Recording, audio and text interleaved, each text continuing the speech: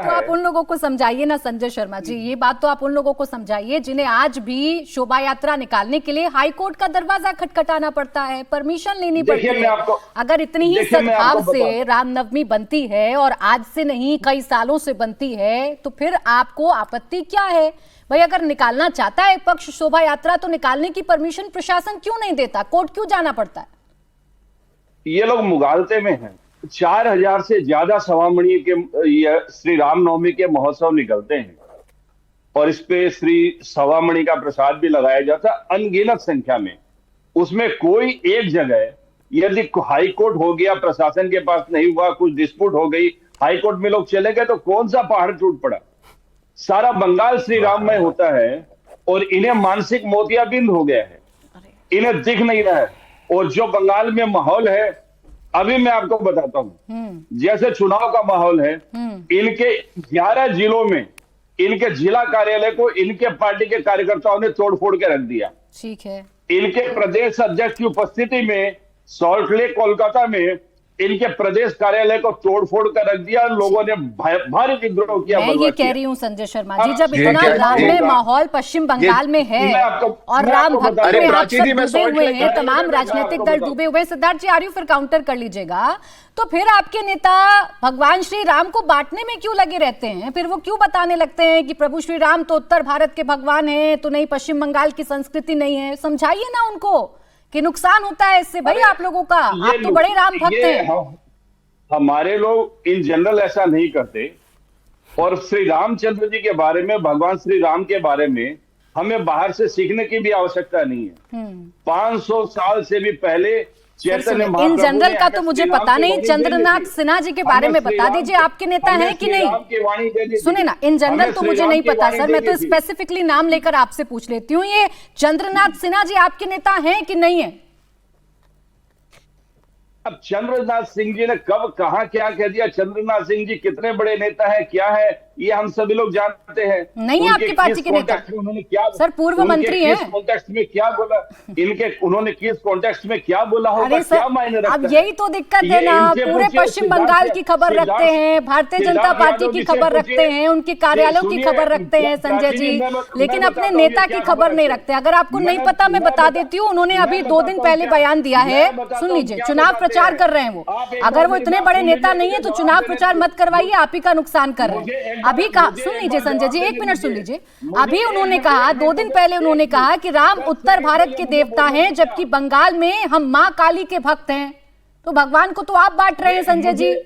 मुझे 10 सेकंड के लिए जवाब देने दीजिए। उन्होंने उत्तर भारत के देवता कह दिया, उनमें सुधार की आवश्यकता है और मैं इस बात को स्वीकार करता हूं। 1 नंबर 2, उत्तर भारत में ही यूपी के नेता नरेश अग्रवाल देश की संसद में बैठकर क्या कहा था उसको याद कर लीजिए, किसमें कौन बसे, किसमें कौन चलिए इस बात का जवाब ले लेती हूँ भाई। उन्होंने तो अपनी भूल स्वीकार कर ली सिद्धार्थ यादव जी, और कितना बदलाव चाहते हैं आप भाई? अपने वक्तव्य की शुरुआत संजय जी ने आज रामनवमी की शुभकामनाओं के साथ की है। वो कितने बड़े राम भक्त हैं ये भी बता रहे हैं। उनके नेता से कोई भूल हो गई तो भाई टीवी पर आकर उसे स्वीकार रहे ना, और क्या चाहिए भैया आपको? इससे ज्यादा अच्छा माहौल क्या हो सकता है पश्चिम बंगाल में?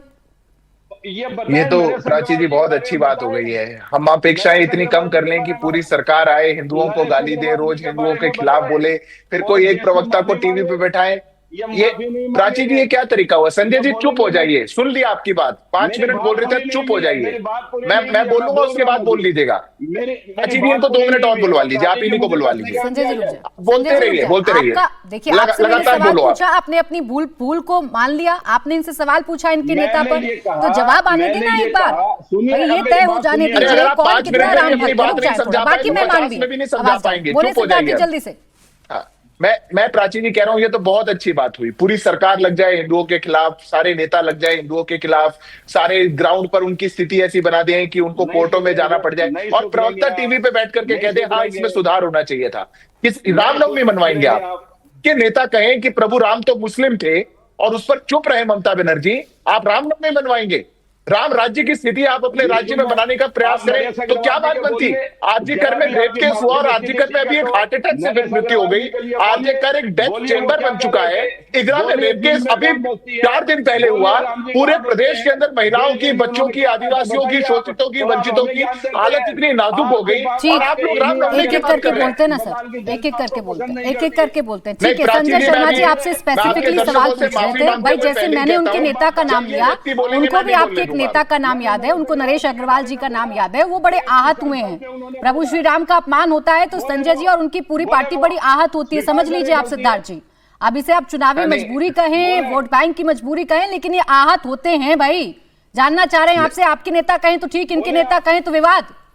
नहीं, बिल्कुल ठीक नहीं है प्राची जी। ये कितना आहत होते हैं, चलिए उस पर तो मैं बहुत नहीं कहूंगा, क्योंकि आहत सच्चे हैं, कितने झूठे हैं और क्या चुनाव के लिए, वो बात अलग है। पर ये बिल्कुल बात ठीक नहीं है। पर एक बात मैं गर्व से कह सकता हूं, भारतीय जनता पार्टी में रहते हुए कोई व्यक्ति, किसी की हिम्मत नहीं है कि सनातन के खिलाफ एक शब्द वो कह सके। मैं उदाहरण दे सकता हूं, आप किसी का भी, आप उत्तर प्रदेश के मंत्री थे, स्वामी हमारी पार्टी में थे, एक शब्द नहीं बोले। समाजवादी में गए, प्रभु राम के खिलाफ बोलने लग गए, रामचरितमानस के खिलाफ बोलने लग गए। भाजपा में रहते हुए नहीं बोल सकते हैं। उनको पता है भाजपा में रहेंगे और सनातन के खिलाफ बोलेंगे तो उसको बख्शा नहीं जाएगा। कोई व्यक्ति भारतीय जनता पार्टी का सांसद, विधायक, किसी पद पे रहता हुआ व्यक्ति। अच्छा चले ठीक, अब चूंकि समाजवादी पार्टी का जिक्र आपने कर ही दिया।